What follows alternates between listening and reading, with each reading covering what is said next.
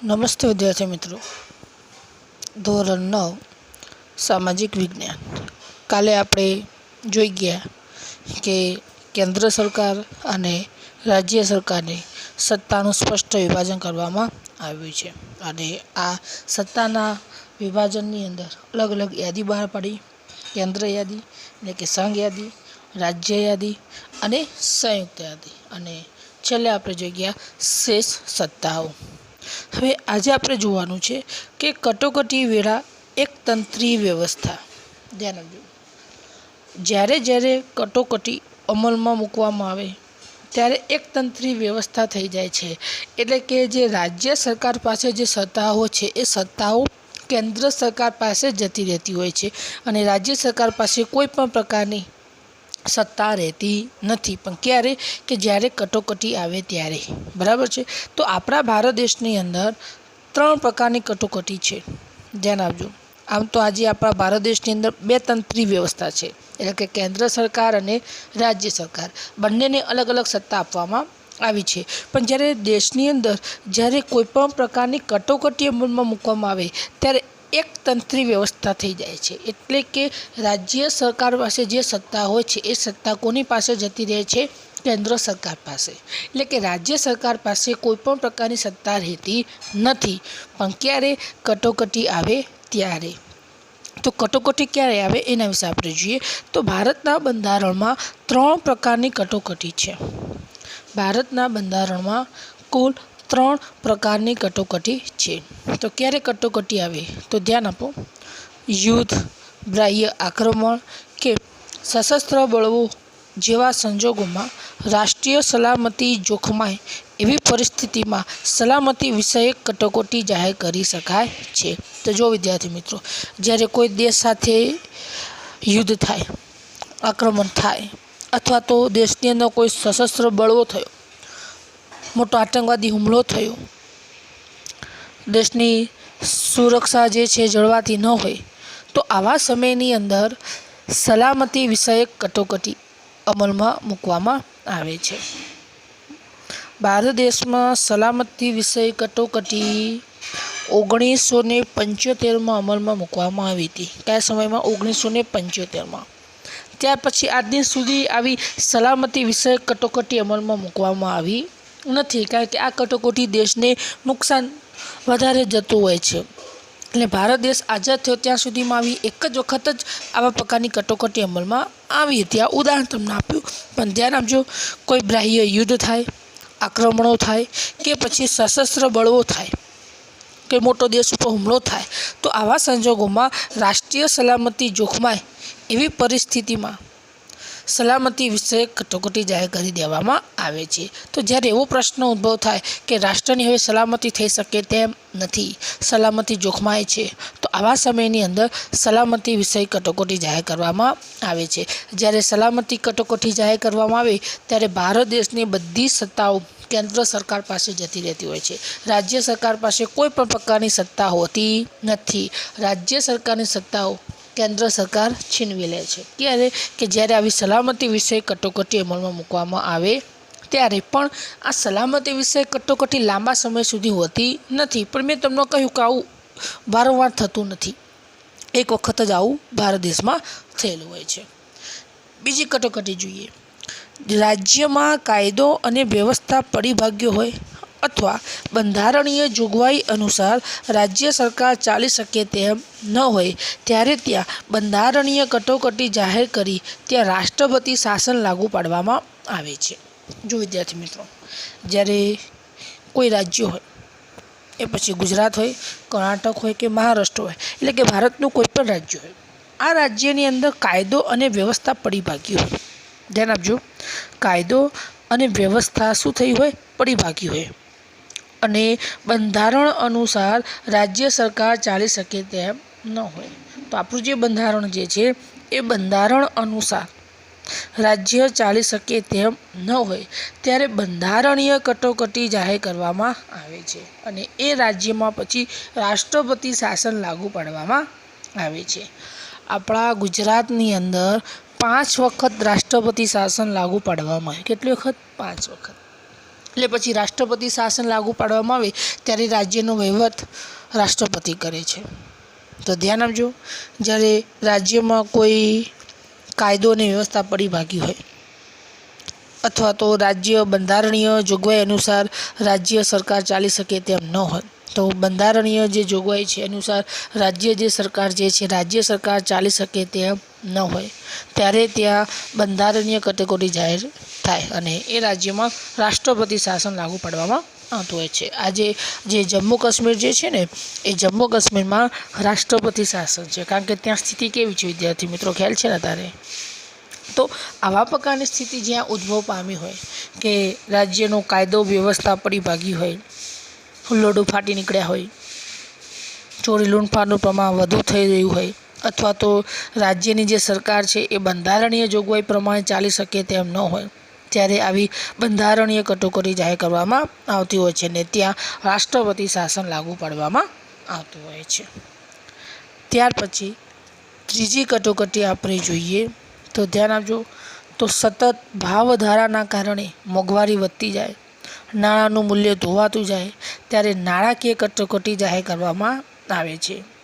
તો વિદ્યાર્થી મિત્રો એક વસ્તુ હંમેશા ધ્યાન આપો કે ભારત દેશમાં આજ દિવસ સુધી નાણાકીય કટોકટી જાહેર કરવામાં આવી નથી. આપણા દેશમાં આવી સ્થિતિ ઉદ્ભવ પામી નથી, પણ કોઈ સમયે આવી સ્થિતિ ઉદ્ભવ પામે કે સતત ભાવ વધારો થાય, કિંમતમાં ભાવ વધારો થાય કોઈ પણ ચીજ વસ્તુ, ત્યારે શું ઉદ્ભવ પામે? મોંઘવારી થાય એટલે નાણાંનું મૂલ્ય કેવું થતું જાય? ધોવાતું જાય. દાખલા તરીકે મોંઘવારી વધે ત્યારે 10 રૂપિયાની વસ્તુ 20 રૂપિયા મળે, 50 રૂપિયાની વસ્તુ 100માં મળે, 100ની વસ્તુ 200માં મળે. એટલે શું થયું? કેટલી બધી મોંઘવારી વધતી જાય અને નાણાંનું મૂલ્ય કેવું થતું જાય? ઓછું થતું જાય. તમારી પાસે 200 રૂપિયા હોય પણ તમે બજારમાં ખરીદી કરવા માટે જાઓ તો એ વસ્તુની કિંમત વાસ્તવિક 100 રૂપિયા જ હોય, પણ મોંઘવારીને કારણે તમારે 200 રૂપિયા ચૂકવવા પડતા હોય છે. તો એને શું કહેવાય? નાણાંનું મૂલ્ય ઓછું થયું. તો જ્યારે મોંઘવારી સતત વધતી જાય, અને મોંઘવારી ક્યારે આવે? કે જ્યારે સતત ભાવ વધારો થતો જાય ત્યારે, અને આ સમયે નાણાકીય કટોકટી જાહેર કરવામાં આવે છે. તો આ 3 કટોકટી યાદ રાખવાની. એક સલામતી કટોકટી, બીજી આપણે જોઈ ગયા રાષ્ટ્રપતિ શાસન જેને આપણે બંધારણીય કટોકટી કહેવાય, અને ત્રીજી છે નાણાકીય કટોકટી. તો આવા વિશેષ સંજોગોમાં જ આવી કટોકટી લાગુ પાડવામાં આવે છે. એમાં નાણાકીય કટોકટી ત્યાર સુધી ભારત દેશમાં આવી જ નથી. બીજું સલામતી વિશે કટોકટી 1975માં આવી, ત્યાર પછી આવી નથી. જ્યારે રાષ્ટ્રપતિ શાસન તો ઘણા બધા રાજ્યોમાં લાગુ પડતા જ હોય છે. ગુજરાતમાં પણ 5 વખત રાષ્ટ્રપતિ શાસન આવ્યું, કારણ કે રાજ્ય સરકારે બંધારણીય જોગવાઈ અનુસાર ચાલી શકે તેમ ન હોય તો પછી ત્યાં આગળ પછી રાષ્ટ્રપતિ શાસન લાગુ પાડવામાં આવે છે. પણ આ રાષ્ટ્રપતિ શાસન હંમેશા ચાલુ રહેશે, કાયમી રહેશે એવું નથી હોતું. રાષ્ટ્રપતિ શાસનની મર્યાદા આપણે જોઈએ 6 મહિના આજુબાજુમાં હોય છે, પછી સરકાર વધારી પણ શકે, ફરીથી ચૂંટણી થાય એટલે રાષ્ટ્રપતિ શાસન ત્યાં રદ કરવામાં આવતું હોય છે. પણ આ હંમેશા આ પ્રકારની કટોકટી હોતી નથી, પણ એક આ બંધારણની અંદર આવા પ્રકારના નિયમો હોય છે.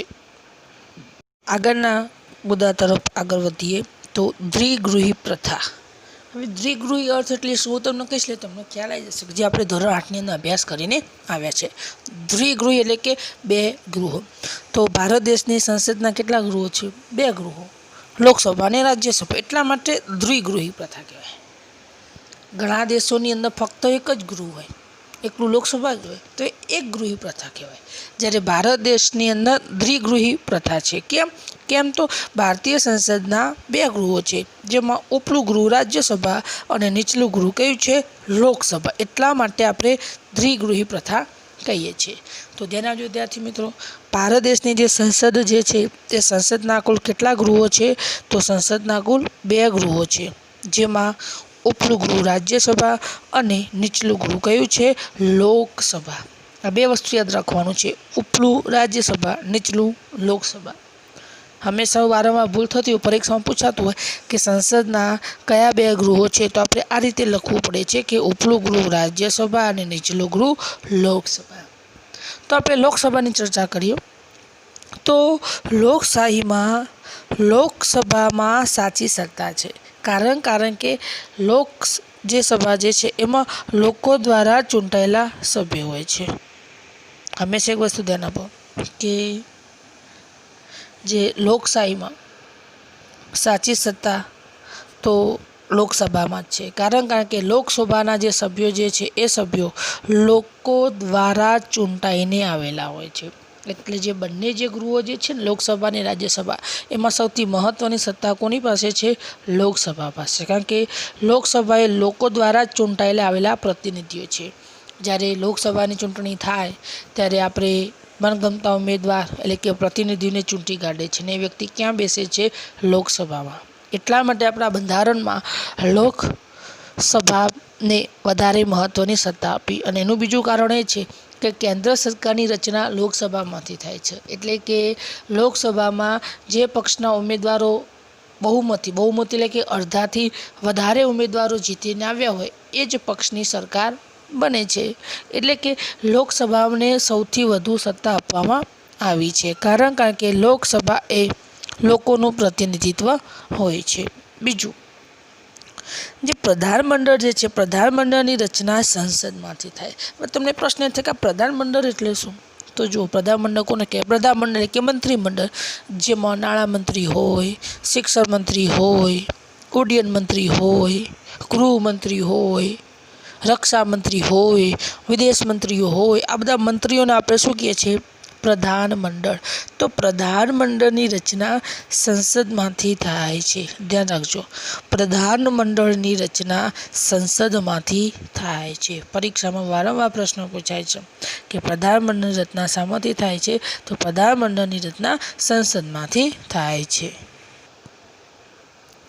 આગળ જોઈએ, પ્રધાનમંડળમાં અતિ મહત્ત્વના નિર્ણયો લેવામાં આવે છે. કારણ કે પ્રધાનમંડળમાં અલગ અલગ પ્રકારના મંત્રી હોય. એટલે કે દેશની અંદર મોટાભાગના નિર્ણયો ક્યાં લેવામાં આવે?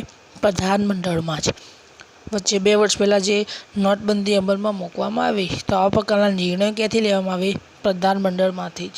હમણાં જ ટૂંક સમયમાં જમ્મુ કાશ્મીરમાં 370ની કલમ હટાવી દીધી. તો આવા નિર્ણયો ક્યાંથી લેવામાં આવે? પ્રધાનમંડળમાંથી જ. તો બધા મંત્રીમંડળ એટલે કે પ્રધાનમંડળના સભ્યો ભેગા થઈને જ મહત્ત્વના નિર્ણયો લેવામાં આવતા હોય છે. સારું, હવે આ મુદ્દો ખાસ સમજવાનો છે કે કેન્દ્ર એટલે કે કેન્દ્ર સરકારમાં રાષ્ટ્રપતિ અને રાજ્ય સરકારમાં રાજ્યપાલના નામે વહીવટ ચાલતો હોવા છતાં વાસ્તવિક સત્તા કેન્દ્રમાં પ્રધાનમંડળ અને તેમનું પ્રધાનમંડળ અને રાજ્યમાં મુખ્યપ્રધાન અને તેમનું પ્રધાનમંડળ સત્તા ભોગવે છે.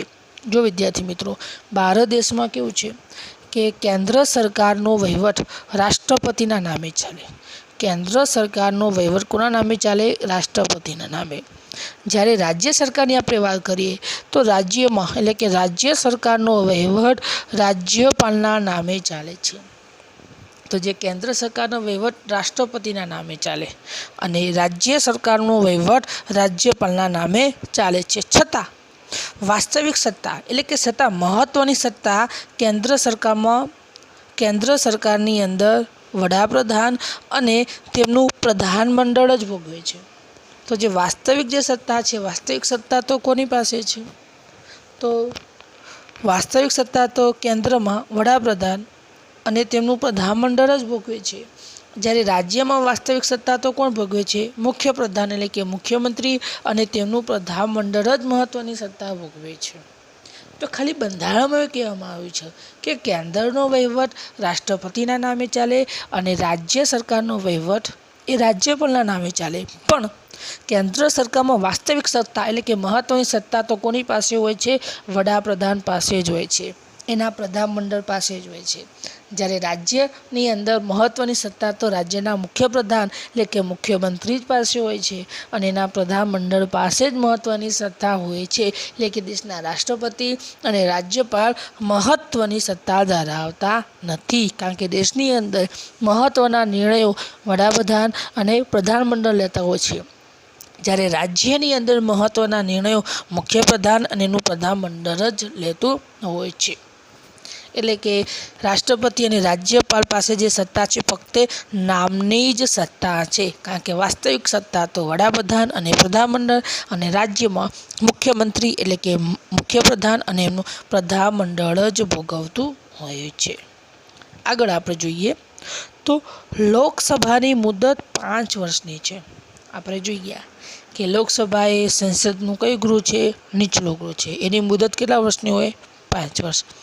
એટલે કે એનો મિનિંગ એ થયો કે આપણા ભારત દેશમાં જે સરકાર છે એની મુદતમાં કેટલા વર્ષની હોય? 5 વર્ષની.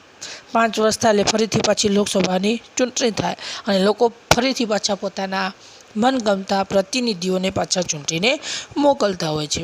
તો આપણે એટલું યાદ રાખવાનું કે લોકસભાની મુદત 5 વર્ષની હોય છે.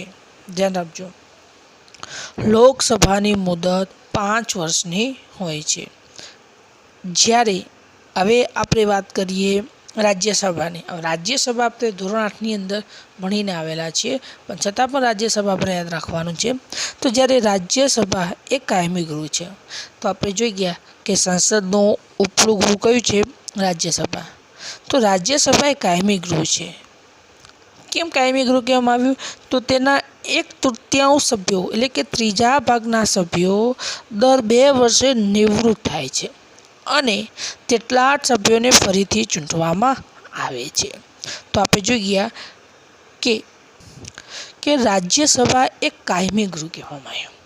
લોકસભા કાયમી ગૃહ નથી. કેમ? કારણ કે લોકસભાની મુદત 5 વર્ષની જોઈએ. 5 વર્ષ થાય લોકસભાનું વિસર્જન થાય અને ફરીથી ચૂંટણી થાય. જે રાજ્યસભામાં એવું નથી વિદ્યાર્થી મિત્રો. રાજ્યસભા એ કાયમી ગૃહ છે, એનું વિસર્જન થતું નથી. કેમ?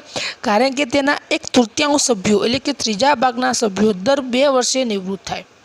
કેટલા વર્ષે નિવૃત્ત થાય? દર 2 વર્ષે નિવૃત્ત થાય અને તેટલા જ સભ્યોને ફરીથી ચૂંટવામાં આવે. એટલે કે રાજ્યસભામાં જેટલા સભ્યો છે બધા એકી સાથે નિવૃત્ત થતા નથી. દર 2 વર્ષે કેટલા ભાગના? ત્રીજા ભાગ એટલે કે 1/3 સભ્યો દર 2 વર્ષે નિવૃત્ત થાય અને જેટલા નિવૃત્ત થાય તેટલા સભ્યોને ફરીથી ચૂંટવામાં આવે. દાખલા તરીકે આ વર્ષે રાજ્યસભામાંથી 50 સભ્યો નિવૃત્ત થયા, તો બીજા નવા 50 સભ્યોને જ ચૂંટીને મોકલવામાં આવે છે.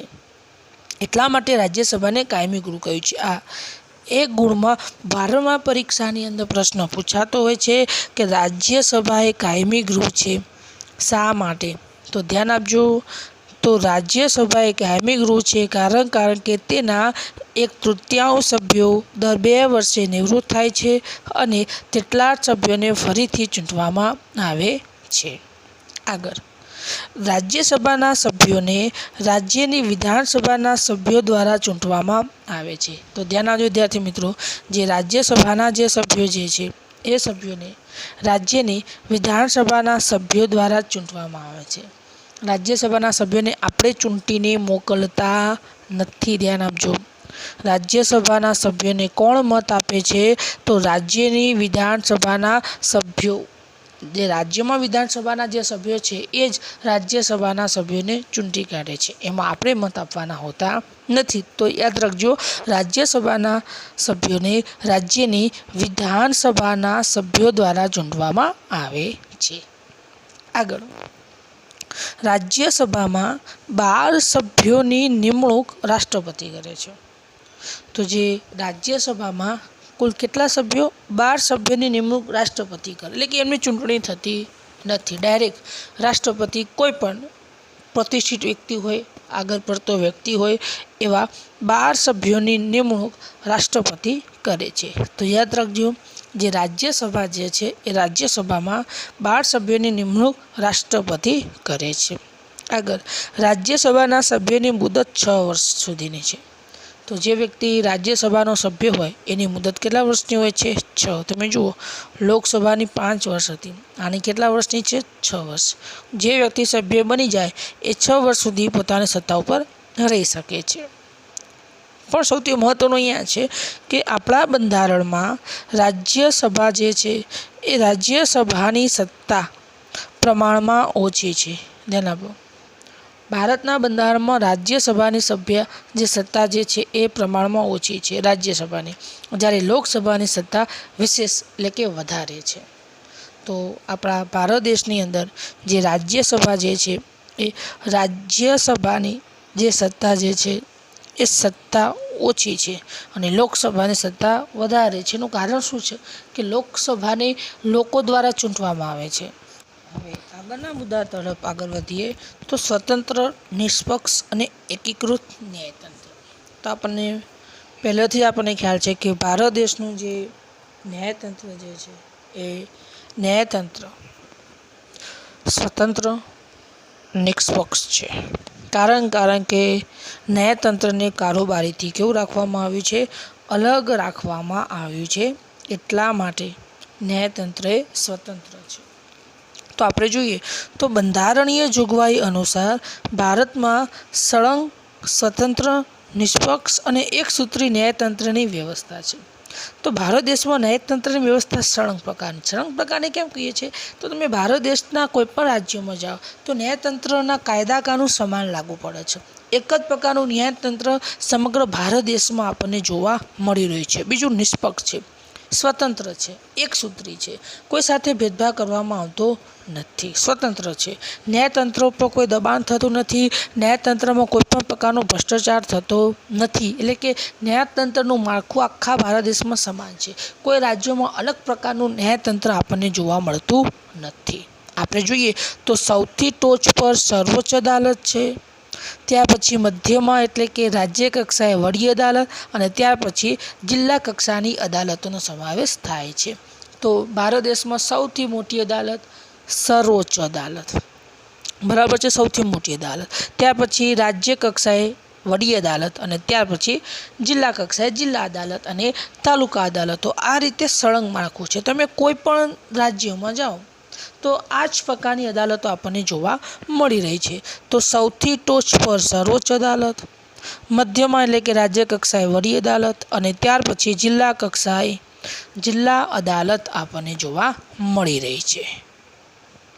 આગળ જોઈએ, સર્વોચ્ચ અદાલતના ચુકાદા ભારતમાં આવેલા તમામ અદાલતો માટે બંધન કરતા છે. તો ધ્યાન આપો વિદ્યાર્થી મિત્રો, સર્વોચ્ચ અદાલતે જે ચુકાદા આપ્યા એ ભારતની દરેક અદાલતને માનવો જ પડે છે. એટલે કે સર્વોચ્ચ અદાલતનો ચુકાદો બીજી કોઈ અદાલતમાં પડકારી શકાતો નથી. તો એટલા માટે કહેવામાં આવ્યું છે કે સર્વોચ્ચ અદાલતના ચુકાદા ભારતમાં આવેલ તમામ અદાલતો માટે બંધન કરતા છે. એટલે કે સર્વોચ્ચ અદાલત જે ચુકાદો આપે એ બાકીની અદાલતો માટે કેવો હોય છે? માન્ય હોય છે અને માન્ય રાખવો જ પડે છે. એટલે કે સર્વોચ્ચ અદાલતનો નિર્ણય એ અંતિમ નિર્ણય એટલે કે અંતિમ ચુકાદો હોય છે. એટલા માટે કહેવામાં આવ્યું છે કે જ્યારે કેન્દ્ર સરકાર અને રાજ્ય સરકાર વચ્ચે બંધારણીય બાબતો કે કાયદાના અર્થઘટનો અંગે વિવાદ થાય તો તેના ઉકેલની અંતિમ સત્તા સર્વોચ્ચ અદાલતની છે. તો ઘણી જગ્યાએ એવું પણ થાય કે કેન્દ્ર સરકાર અને રાજ્ય સરકાર વચ્ચે કોઈ વિવાદ થયો, કોઈ કાયદાનો વિવાદ થયો, કોઈ પણ વિવાદ થાય તો એના ઉકેલની અંતિમ સત્તા કોની પાસે છે? સર્વોચ્ચ અદાલત પાસે. ઘણી જગ્યાએ એવું થાય કે કેન્દ્ર સરકાર અને રાજ્ય સરકાર વચ્ચે કોઈ પણ કાયદો હોય કે અથવા કોઈ પણ બાબત હોય એનો વિરોધ થયો તો આ બંનેનો ઉકેલ લાવવાનું કામ કોણ કરે છે? સર્વોચ્ચ અદાલત. તો આ ઉપરથી આપણને ખ્યાલ આવે કે સર્વોચ્ચ અદાલતને કેટલીક મહત્ત્વની સત્તાઓ પ્રાપ્ત થઈ છે અને એટલા માટે બંધારણના રક્ષક અને વાલી તરીકે ન્યાયતંત્ર અધિકારોનું રક્ષણ કરે છે. તો આજે આપણા ભારત દેશનું જે બંધારણ છે એ બંધારણનું રક્ષણ કરવાનું કામ કોનું છે? સર્વોચ્ચ અદાલતનું. અને એટલા માટે આપણે કહીએ છીએ કે આમ બંધારણના રક્ષક અને વાલી તરીકે ન્યાયતંત્ર અધિકારોનું રક્ષણ કરે છે. એટલે કે બંધારણનું રક્ષણ પણ સર્વોચ્ચ અદાલત કરે છે. કારણ કે સર્વોચ્ચ અદાલતનો ચુકાદો એ અંતિમ ચુકાદો છે, બીજી કોઈ અદાલતમાં પડકારી શકાતો નથી. તમે જુઓ કે કેન્દ્ર સરકાર અને રાજ્ય સરકાર વચ્ચે કોઈ વિવાદ થાય તો પણ નો ઉકેલ સર્વોચ્ચ અદાલત આપે, જે આપે માન્ય રાખવો જ પડે. પાછો તમે એનો વિરોધ કરી શકતા નથી. જે ચુકાદો હોય તમને માન્ય ન હોય તો પણ આપણે સ્વીકારવો જ પડે. એટલા માટે સર્વોચ્ચ અદાલત ભારત દેશની સૌથી મોટી અદાલતોમાંની એક છે. ઘણો મુદ્દો આપણે જોઈએ તો બંધારણની અંદર સુધારો. હવે ભારત દેશનું બંધારણ કેવું છે? પરિવર્તનશીલ છે. સમય સંજોગો પ્રમાણે બંધારણની અંદર ફેરફાર કરવાની જરૂરિયાત પડતી જ હોય છે. કારણ કે આપણે જોઈ ગયા કે 1946થી બંધારણ ઘડવામાં આવ્યું. હવે એ સમયમાં ભારત દેશની સ્થિતિ અલગ હતી અને આજે કંઈક અલગ છે. તો સમય પ્રમાણે બંધારણમાં સુધારો થવો એ જરૂરી છે. પણ બંધારણમાં સુધારો કરવા માટે અલગ પ્રકારની જોગવાઈઓ કરવામાં આવે છે અને એ જોગવાઈના આધાર બંધારણમાં સુધારો થઈ શકે છે. સરકાર ધારે એ રીતે બંધારણમાં સુધારો કરી શકાતી નથી. તો બંધારણમાં સુધારો કરવા માટે કુલ 3 પ્રકારની જોગવાઈઓ છે. આના આધારે બંધારણમાં સુધારો થઈ શકે છે. તો આપણે જોઈએ 3 જોગવાઈ. તો અમુક જોગવાઈમાં સંસદના હાજર અને મત આપનારના સભ્યોની બહુમતીથી સુધારો કરી શકાય છે. ધ્યાન આપજો. હંમેશા જ્યારે બહુમતી શબ્દ વપરાય ત્યારે સમજવાનું કે અડધાથી વધારે સભ્યો, બહુમતી એટલે અડધાથી વધારે સભ્યો જે પક્ષમાં હોય એ નિર્ણય લેવામાં આવે. તો ધ્યાન આપજો. અમુક જોગવાઈમાં સંસદના હાજર સંખ્યા અને મત આપતા સભ્યોની બહુમતીથી સુધારો કરી શકાય. તો જ્યારે કોઈ બંધારણમાં સુધારો કરવાનો હોય તો અમુક જોગવાઈમાં કેવું હોય કે સંસદની અંદર જેટલા હાજર સંખ્યા હોય અને ત્યાર પછી હાજર સંખ્યા શું આપે? મતદાન આપે. અને મતદાનની અંદર બહુમતીથી સુધારો કરી શકાય, એટલે કે મતદાન થાય અને એમાંથી જે લોકોના મત અડધાથી વધારે જે બાજુમાં પડ્યા હોય એ પછી એ પ્રમાણે નિર્ણય લેવામાં આવે છે. તો અમુક જોગવાઈમાં સંસદના હાજર અને મત આપનાર સભ્યોની બહુમતીથી સુધારો કરી શકાય છે. બહુમતી એટલે મેં તમને કંઈક અડધાથી વધારે. ત્યાર પછી અને હંમેશા કોઈ પણ બંધારણમાં કોઈ પણનો કાયદો બધું થાય તો મતદાન થાય અને જે સભ્યો જે પક્ષમાં વધારે હોય એ નિર્ણય લેવામાં આવે. બીજી જોગવાઈ કઈ છે? અમુક જોગવાઈમાં સંસદના બંને ગૃહની કુલ સભ્ય સંખ્યાની બહુમતી અને હાજર તેમજ મત આપતા સભ્યોની 2/3 બહુમતીથી ફેરફાર થઈ શકે છે. અમુક જોગવાઈ કોઈ જોગવાઈ મહત્ત્વની હોય તો એમાં શું કહેવામાં આવ્યું છે કે સંસદના બંને ગૃહો કયા કયા છે? રાજ્યસભા અને લોકસભા બંને ગૃહોની જે કુલ સભ્ય સંખ્યા જે છે, દાખલા તરીકે હું તમને જણાવી દઉં કે 545 લોકસભાની છે અને 250 એ રાજ્યસભાની છે. બરાબર. તો બંને ગૃહોની કુલ સભ્ય સંખ્યાની બહુમતીમાં, એટલે કે બંને ગૃહની અડધાથી વધારે સભ્ય સંખ્યા હાજર હોવી જોઈએ. બરાબર છે. બીજું તો બંને ગૃહોની કુલ સભ્ય સંખ્યાની બહુમતી અને હાજર તેમજ મત આપતા સભ્યોની 2/3 બહુમતીથી ફેરફાર થઈ શકે. તો જે સંસદના બંને ગૃહની જે કુલ સભ્ય સંખ્યા છે એમાં બહુમતીમાં હાજર સંખ્યા હોવી જોઈએ અને મત આપનારની કેટલી બહુમતી છે? 2/3 બહુમતીથી ફેરફાર થઈ શકે છે. કેટલી બહુમતી? 2/3 બહુમતીથી બંધારણમાં ફેરફાર થઈ શકે છે. હવે ત્રીજી જોગવાઈ આપણે જોઈએ. ત્રીજી જોગવાઈ ઉપરના જોગવાઈના જેવી જ છે. જુઓ, બંધારણના અમુક ભાગમાં સુધારો કરવા માટે સંસદના બંને ગૃહોની કુલ સભ્ય સંખ્યાની બહુમતી તેમજ હાજર અને મત આપતા સભ્યોની 2/3 બહુમતી ઉપરાંત અડધાથી વધારે રાજ્યોની વિધાનસભા ગૃહોની મંજૂરી જરૂરી છે. તો કોઈ એવી મહત્ત્વની બાબત હોય, અતિ મહત્ત્વનો કોઈ સુધારો કરવો હોય તો શું કહેવામાં આવ્યું છે? સંસદના બંને ગૃહોની કુલ સભ્ય સંખ્યાની બહુમતી, એટલે કે બંને જે ગૃહો છે એના જે કુલ સભ્યો છે એનાથી અડધાથી વધારે સંખ્યા હાજર હોવી જોઈએ અને હાજર સંખ્યા જે મત આપે છે એ મતની કુલ કેટલી બહુમતી કહી છે? 2/3 બહુમતી. ઉપર હતું એ જ પ્રમાણે પણ નવીનતા શું આવી? સાથે સાથે ભારત દેશમાં અડધાથી તે વધારે રાજ્યો, એટલે કે ભારત દેશમાં અડધાથી વધારે રાજ્યોની વિધાનસભા ગૃહોની મંજૂરી હોવી જરૂરી છે. તો સુધારો થઈ શકે છે. તો કહેવાનો મતલબ કે ભારત દેશની અંદર બંધારણની અંદર સુધારો કરવો હોય તો સંસદમાં થાય. સંસદમાં પણ મત આપનારની બહુમતી સંખ્યા હોવી જોઈએ. બરાબર છે. એટલે કે અડધાથી વધારે સંખ્યા તમારા પક્ષમાં હોવી જોઈએ કે બંધારણમાં સુધારો કરવો કે નથી કરવો. જો અડધાથી વધારે સંખ્યા એવું કહેતી હોય કે બંધારણમાં સુધારો કરવો નથી તો થતો નથી, પણ જો અડધાથી વધારે સંખ્યા મતદાન આપીને એવું કહે કે ભાઈ હા સુધારો કરવો છે તો સુધારો થઈ શકે છે.